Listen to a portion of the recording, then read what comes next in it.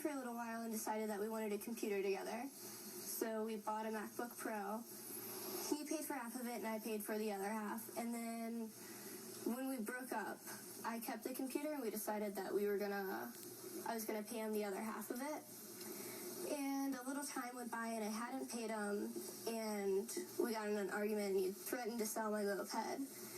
And he actually went through with that. He posted a Craigslist ad and had somebody come by to my mechanic's house where it was at without my permission, and sold it for far less than the value. From that place, I take your witness is going to testify too. Yeah, my witness is going to testify. Let's hear from you, sir. You are Mr. King, is that right? That's right. You, sir, is it or is it not the case that Miss Overstreet left the moped scribed in her action at your place? Is that right? That's correct, yes. You were working on it? Yes, I was. Did you give anyone permission to take the vehicle? I didn't give permission, but I knew that Ryan and her were dating. And when, Ryan approached me about selling it, I assumed that Hannah... He was doing that on behalf of Ms. Overstreet. Exactly. We'll be back with more Judge Joe Brown in a moment. After about a month or so, I let her know that if I didn't get any money, I was going to sell the moped. And that's exactly what I did. I made a posting on Craigslist, and I didn't get near what I hoped to get for it, only about half of what she still owes me for the computer. Closed captioning sponsored by... We're back with Judge Joe Brown. The plaintiff in this case says she and her ex-boyfriend bought a MacBook together. She says they broke up and the defendant stole her moped and sold it to cover her part in the computer. Let's take a look.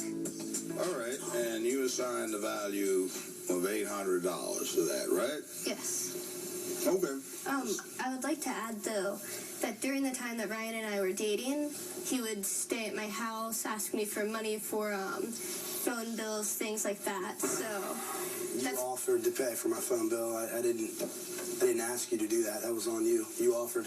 He was unemployed the whole time. Didn't have any other option, is what it seemed like to me.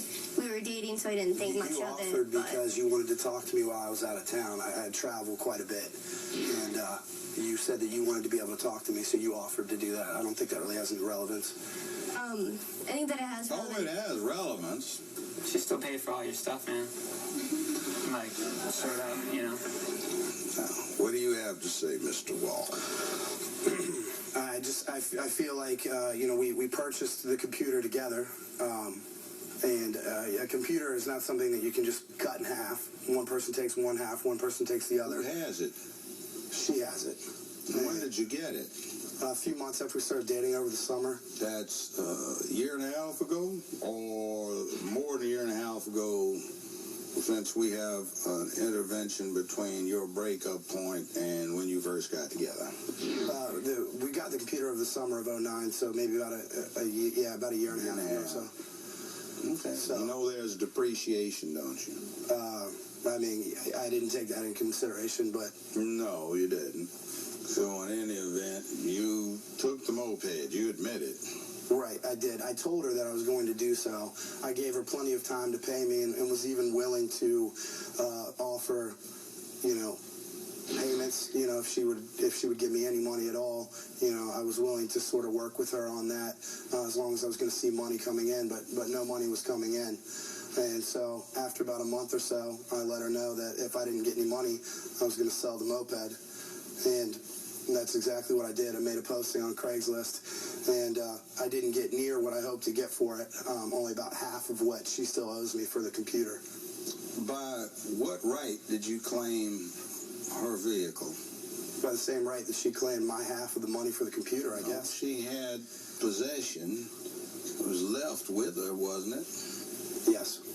She had a contract that would give her an undivided one-half interest in it, in effect, with you. It came into being under the circumstances. Now, that means she had an undivided one-half interest in the property rights. Judge Joe Brown makes his ruling after this. Or leave you in debt? Call 877-JOE'S-LAW or visit JudgeJoeBrown.com. Well, what's going to happen here is you can't do this, and this certainly is going to satisfy your share of this MacBook that you claim she owes you. So I think my share of the MacBook was taken care of with the rent money that he never paid me by staying at my house. all right, well, go there. See, this is conversion of property. And for your edification, sir, in your state, Virginia, it's also criminal. It's a felony. Because someone can construe this being around, I think your limit on that was $500. It may be $750 now, but $800 is the alleged value. That is conversion, wrongful appropriation and conversion of personal property. It's also known as theft. So she's not going that way, but I think because of the gravity, you get $1,500 in your cost. That'll include the $800 nominal value and then the punitive amount over top of that. So you award $1,500 in your cost. Be careful what you do. This courtroom is now in recess. Well, the defendant sure is creative when it comes to debt collection and borderline illegal. Well, he just took the moped and the judge just put it back, sort of, and more. Judgment for the plaintiff. We'll be right back. We are back. The plaintiff admitted it. She owed the defendant some money. Of course, she would have preferred a payment plan as opposed to having her moped stolen out from under her. Well, the judge says no, and he gets the final word. Plaintiff wins. To submit your case to Judge Joe Brown,